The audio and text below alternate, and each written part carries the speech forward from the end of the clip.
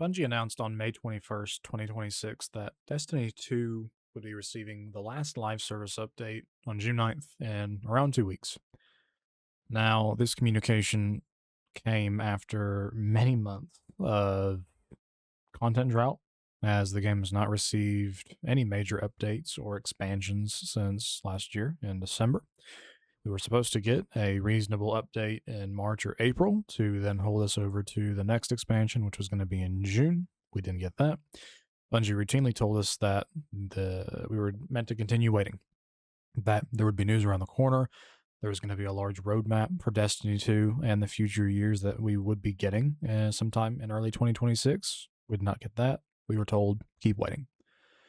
Meanwhile, Bungie's newest prospect, which went live earlier in the year, has been showing strong player retention after release.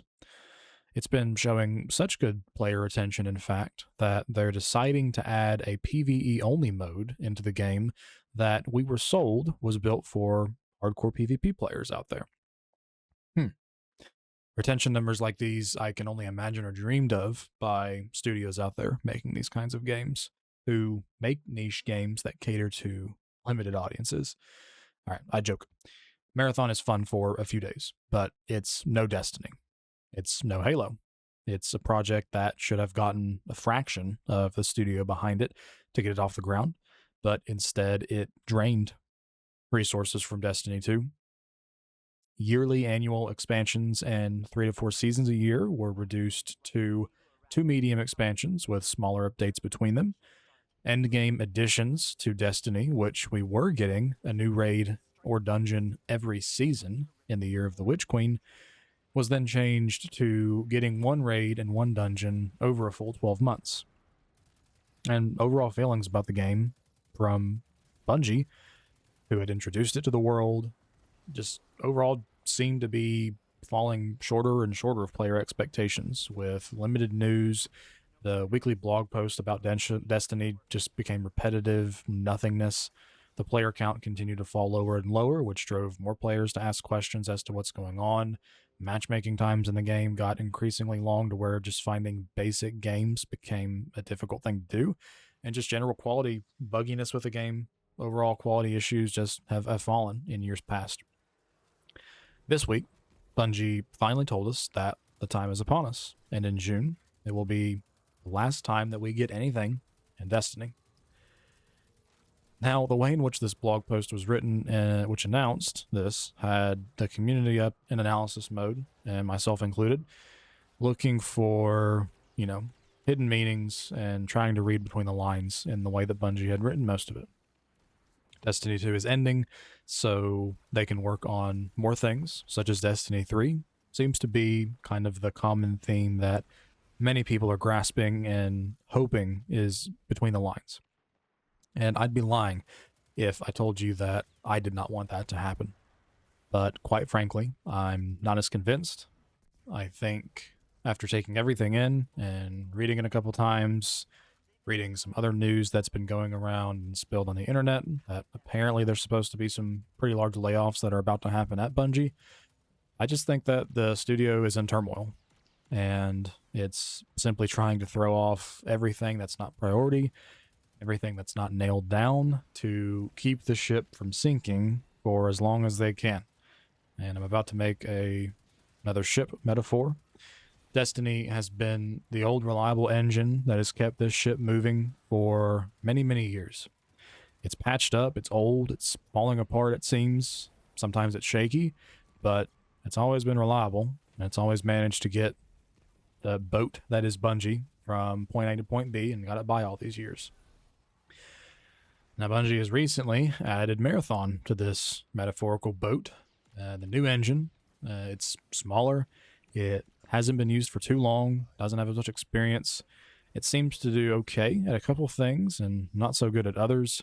And sometimes this brand new shiny engine that is Marathon is outpaced and outperformed by the 12-year-old reliable Destiny engine on this boat. A little weird. Now, Bungie, who is captaining and making the decisions on this ship, just decided that we should throw out the big engine that's been keeping us moving for 12 years, that is Destiny. If they're sinking, Bungie believes that the best way to get them out of the sinking ship is Marathon. The new kid on the block that not everybody likes has a high point of entry, high skill gap, limited accessibility for new players. Sure, they can spend many months and years trying to fix it, but will it be enough to keep the ship floating long enough to get to safety as a studio to make attempts to fix it? I don't think so. And I don't think that anybody who has played Destiny or Marathon thinks so either. People like both games respectively, but I think even people who play Marathon understand it's not a Destiny. It's not going to be as big as Destiny. Sure, it does some things good, but it's just not. The IP that has got Bungie into the position where they could negotiate a multi-billion-dollar deal with Sony, that was Destiny. That was not Marathon. That got them to that position. But hey, what the hell? Let's just decide to go with it anyway. Sure. Bungie as a studio ultimately has the decision to make as it's their game. Both of them are.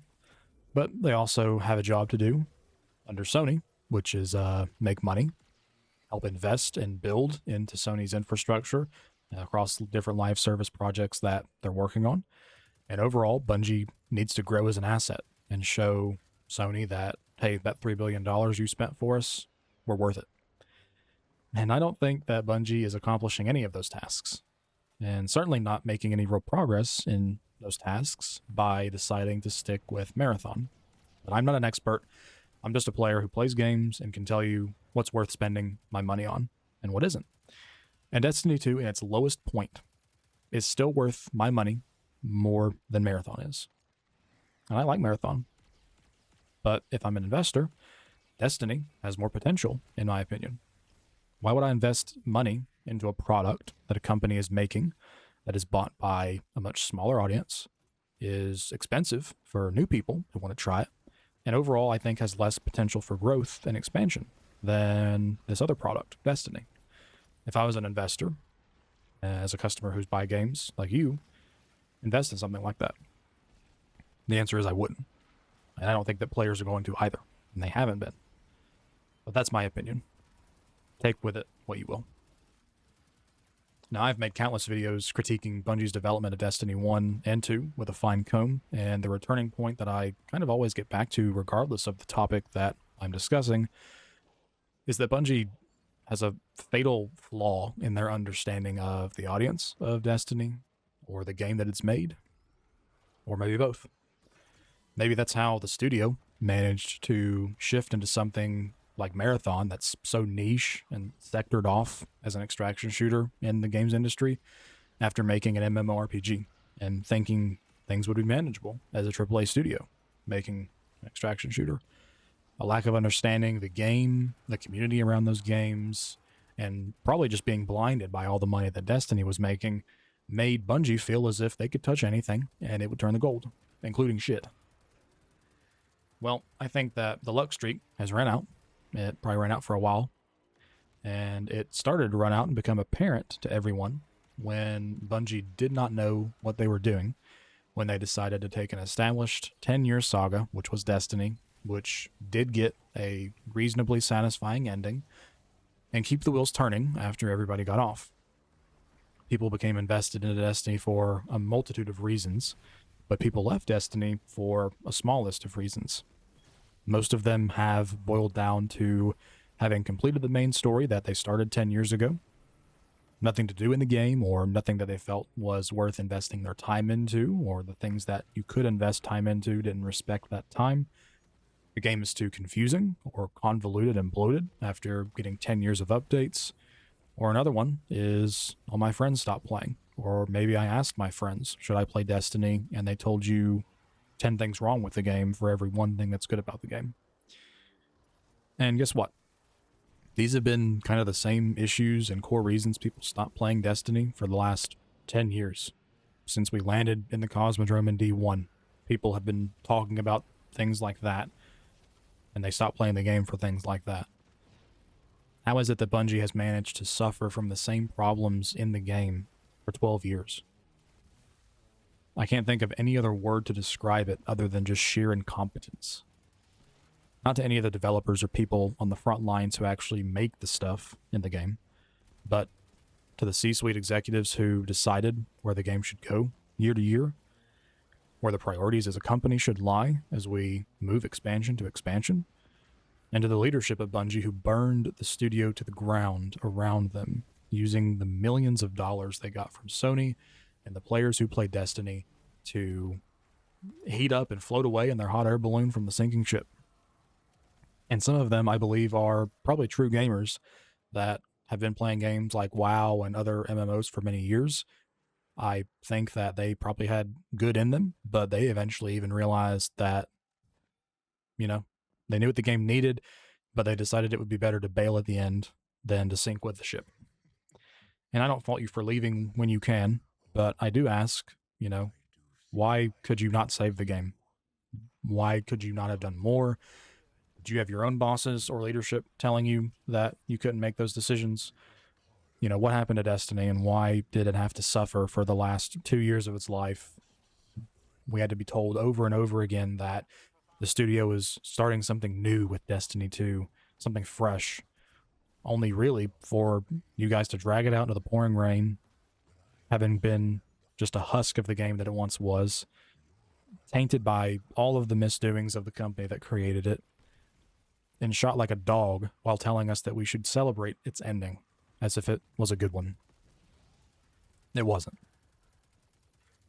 Bungie fumbled one of the most well-known IPs to ever have existed in games, to have survived so much competition that came and went while Destiny existed and still stuck around, to have weathered all of the difficult times that came from separating with Activision, who was the primary publisher when the game first was concepted and came out, producing and making this game and managing to survive as a studio through COVID-19, countless lulls and doomer periods that the game experienced with the players, only to have a lot of them come back and be willing to give you in the game another chance over and over and over again.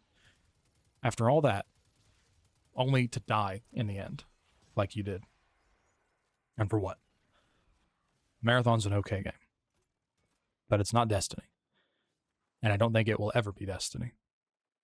I think you can pump it full of PvE, pump it full of cosmetics and earnable things to do, pump it full of narrative expansions and DLCs, maybe even make it free to play, and I still don't think it's going to hold a candle to what Destiny has got going for it.